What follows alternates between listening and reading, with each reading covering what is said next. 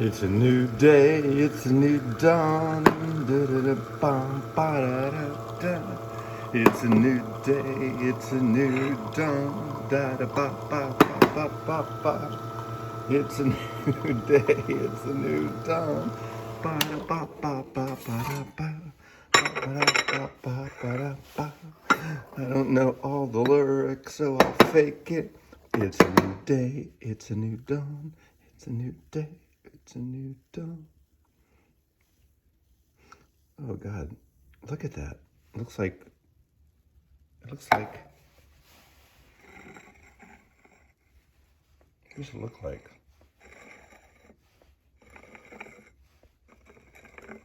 Tell me in the comments what it looks like. It's a new day, it's a new dawn. Whack-a-mole number 92. Funny how that works. So, what's new with you? I don't do live streams. At least I don't host live streams, so we can't interact here now. But hope you're all doing well, wherever you are in the world, whatever you're doing. Hopefully you're listening to some music before, during, and even after this video. So Whack-a-Mole, again, for you newbies, is a random pulling of usually 5 records from my collection, and then I just discuss them. So let's do it. I actually, it's a new year, and I'm feeling pumped, and I'm caffeinated or starting to. I got my Non Such Records t-shirt on, and I actually shaved today, all revved up and know where to go. So I'm going to do double fisting, which means I grab 2 at once, so it'll be 10 choices. So let's see how this works.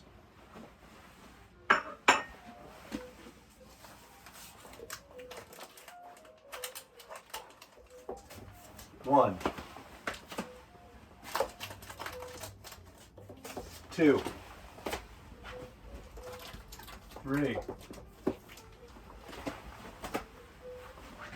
4, and lastly, 5.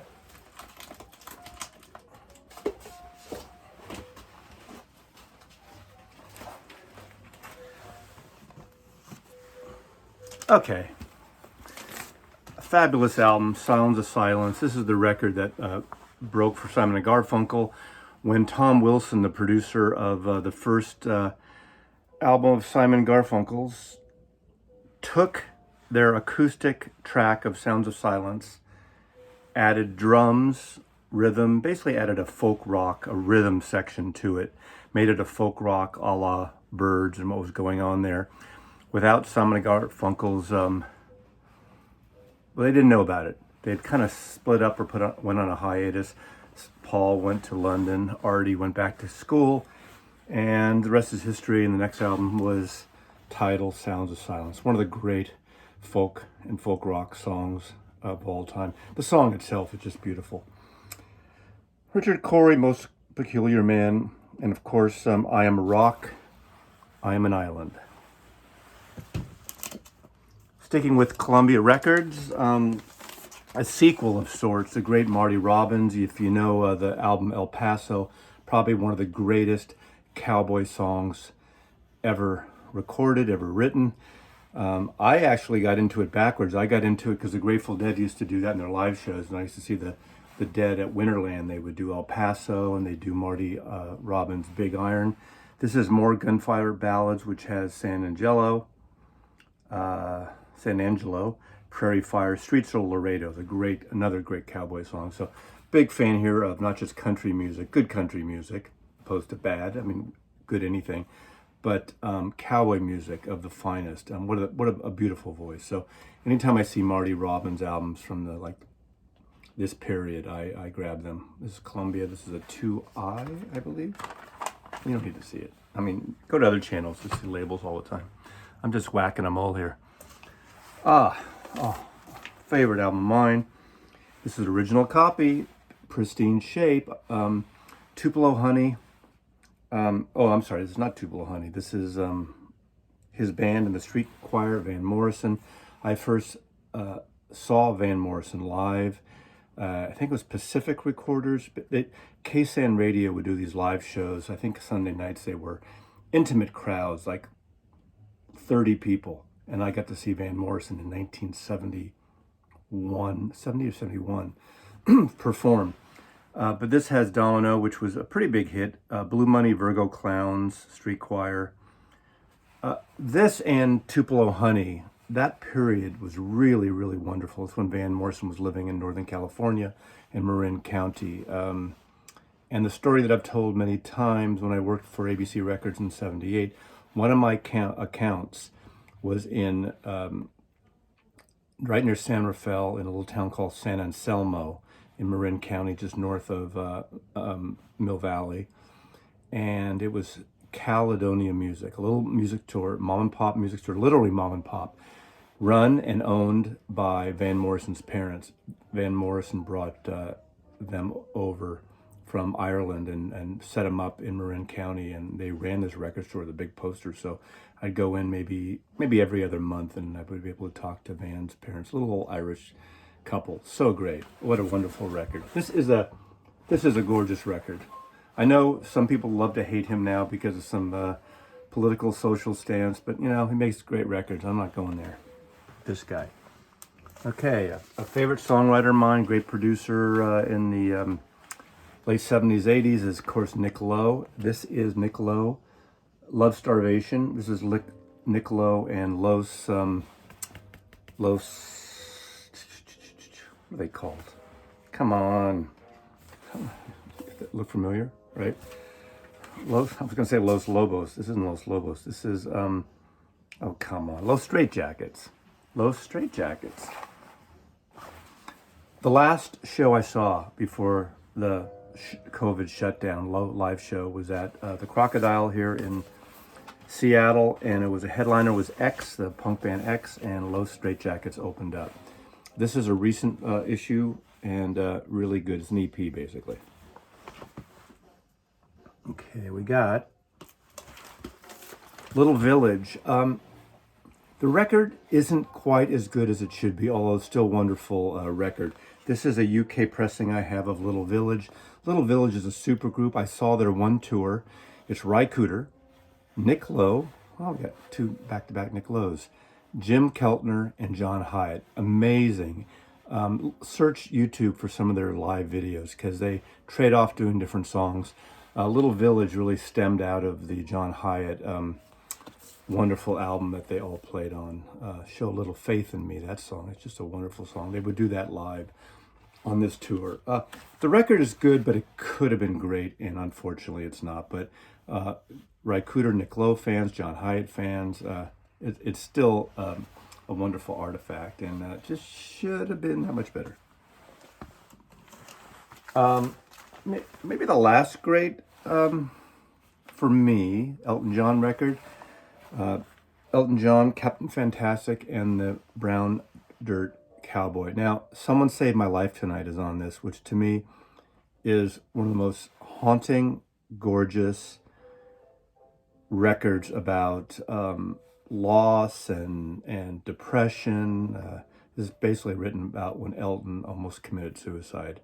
Someone Saved My Life Tonight. But the drumming, Gus Dudgeon's producer on these Elton John records, the way he recorded drums, Nigel Olson's drums, are just, I love that. It's just this really loud with a sort of a reverbish effect, not like a Phil Spector Wallace sound, but just really loud. And when the drums come in halfway through that song, after being this sort of slow piano ballad, it just hits with those drums, and it's a gorgeous piece here. Of course, Better Off Dead, Captain Fantastic. The guitar, acoustic guitars opening on that song is really nice. Tower of Babel. This is a really good record. I just love this record. Okay, so it came with a poster. It has all the books and posters in it, which are fun for your enjoyment. Oh, and plus I can order an Elton John shirt, poster, and look at, I need that kind of jeans jacket with the furry arms. Oh, Elton, we love you. We love you, Sir Elton. Oh, now we're going, okay. Before before Jesus Christ Superstar, before Andrew Lloyd Webber and Tim Rice wrote and did Jesus Christ Superstar. They did Joseph and the Amazing Technicolor Dream Coat with libretto enclosed. This is about the coat of many colors, you know, more biblical references. This is a pretty good record. You know, I remember, I've said it on my channel before, I really love the original brown box 1970 version of Jesus Christ Superstar. I taught this Jew boy, this young Jewish fellow, I should say, it's more politically correct, about the last days of Jesus Christ. I adapted for my religion, but I won't get into that now. But I love that record. Great rock opera.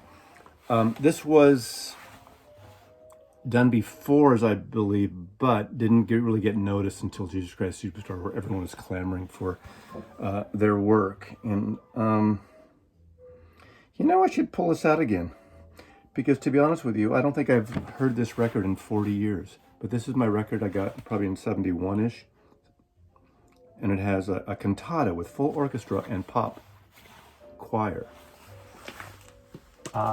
This is topical. Well, not topical, actually, but this year the Jimi Hendrix Maui Hawaii concert came out, reissued. Isle of Wight. This is a original UK that was on Polar Records from the concert in 1970. This came out. I can't remember if this came out posthumously. Some Hendrix freak will tell me, but this is my original copy. This is probably about a 1972, 1973 pressing of this record, as I recall. There you go. So, Jimi Hendrix, Isle of Wight. What can I say about this? Now, I've talked about this album a lot because it's amongst my favorite records. There was a Record Store Day issue that came out this year on red vinyl. It's Paul Kantner's Blows Against the Empire with a byline, Paul Kantner, Jefferson Starship. It's not a Jefferson Starship group per se, but this is the first use of the name Jefferson Starship. But it's really a Paul Kantner solo album with the core. Grace Slick, Jorma Kakkonen, Jack Cassidy on bass, so part of the Airplane. David Crosby, Nicky Hopkins, a great piano player, part of the Grateful Dead are on here. Really good sci-fi story. It was the first record ever nominated for a science fiction award. The book that they usually give to literary work, not novello. I forgot the name of it. But really, really good. This is the official Maslow branded copy, so this is an original pressing, original copy, and it still sounds great. I love this record. Great psychedelic, sci-fi. Some amazing stuff. There is a wonderful CD. This is what I wish. When they did that Record Store Day, they should have gone with the second disc of the added versions, because the expanded CD has longer version, a couple of outtakes, and it's really good. Really great folk song on here with banjo. It's the second track on the record. It's called The Baby Tree. And he didn't write that. That's, what's her name? Sorrell's, oh God, I forgot her name. But it comes with a nice little booklet. Starship, starship, starship, Earth getting too thick, move out to the cool and in the dark. And they refer to Golden Gate Park, Speedway Meadows, the whole Golden Gate Park. Paul Kantner with the Dead was one of the proponents doing live concerts in the park. And I was fortunate enough to see the Dead, the Airplane, Big Brother with Janis Joplin. So many groups I saw in Golden Gate Park when I was a kid, riding my bike and seeing them in Golden Gate Park. Free shows, great thing, late 60s, early 70s, loved it. Okay, and lastly, Scottish group, Bell and Sebastian, started out as an art school project, as I recall. This is Fold Your Hand, Child, You Walk Like a Peasant. And I don't remember, I like this record, but I wouldn't be able to talk a lot about it. So I can make it up that it's kind of twee pop. The band Bell and Sebastian is mentioned in the film High Fidelity. So this is Whack-A-Mole 92. Thanks for watching. Comment, subscribe, all the things that you do. Have a wonderful day, and I wish you all a wonderful 2021. So, last sip of the morning coffee. Mazzy loves you. Grafeo beans from North Beach, San Francisco.